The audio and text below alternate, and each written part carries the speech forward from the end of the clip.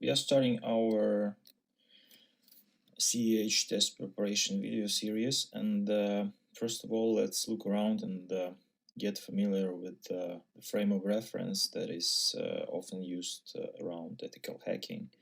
All these definitions that might be tricky sometimes, but let's define all of them because we are going to use them a lot. So it's essential to get clear understanding of different things and how to tell them one from another.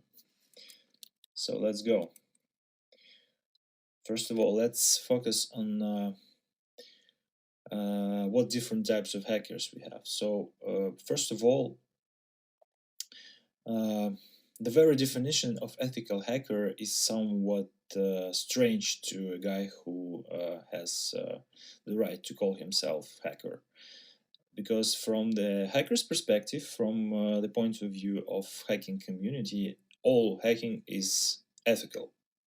Okay, so hacking is just the way of viewing things differently, the way of digging deep into the internals of a system or an application or a door lock or anything that works somehow, right? So it is just trying to understand better how things work, sometimes using uh, the tools or techniques that may break things into parts, into pieces, right? So in this regard, any one of us, at least most of us, I guess, were hackers or are hackers in their day-to-day life. So as children, we, for example, often tried to break things in order to get knowledge about how they work. And in this regard, the term hacker doesn't apply any moral or ethical load, right? So it's neither good or bad, so it's neutral, and thus we cannot assess its ethics. Okay. However, due to mass media, I guess the term hacker became very much overused. Okay, so the main use for that is to designate malicious hackers, the guys who is in any community, as in any society, are the defectors that act out of their selfish interests and do harm to everyone else, right? So malicious or unethical hackers, yeah, of course, they use their skill and the tools not ethically. So, in order to differentiate from this uh, general perception of hacking as malicious activity, right? I guess we, in the end, have this explicit term of ethical hacking and ethical hackers who perform their activities within ethical boundaries and in most cases have explicit approvals from the people who own stuff that they are trying to break. Okay. Again, ethical hackers act within ethical boundaries and usually have permission from their client or the owner of a system they are trying to hack to perform these activities. We will discuss this in more detail further in this video. Let's now leave it like that. Ethical hackers have ethical boundaries and have permission. Unethical malicious hackers act of their own interest and normally do not produce any good for the people they hack. And when we say hackers, we mean ethical ones. Okay.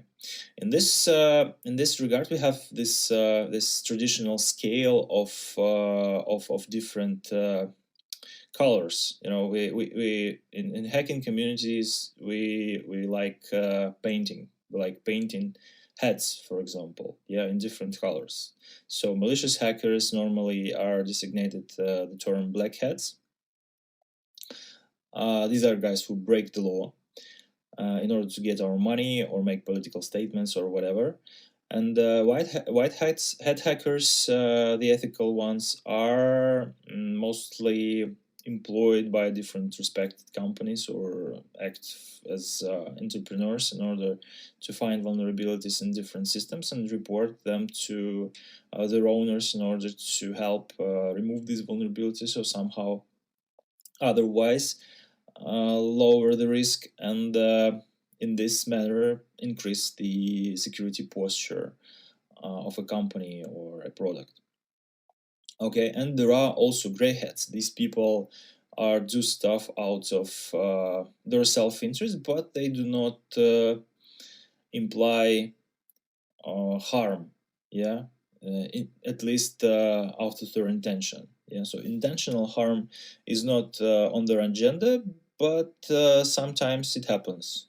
So gray hat hacking is acting out of other selfish motives and other selfish intensives than the black hat hackers use to motivate their actions, but still it can be harmful, and people just hack stuff in order to brag online or on some underground forums. Okay, what is certified ethical hacker? That is the program, the certification, basically, right? So everyone who is prepared well enough and can take a 4 hours long multiple choice question test consisting of 125 questions can be, after some paperwork, certified as a certified ethical hacker by EC Council, who operates and provides this program to the public.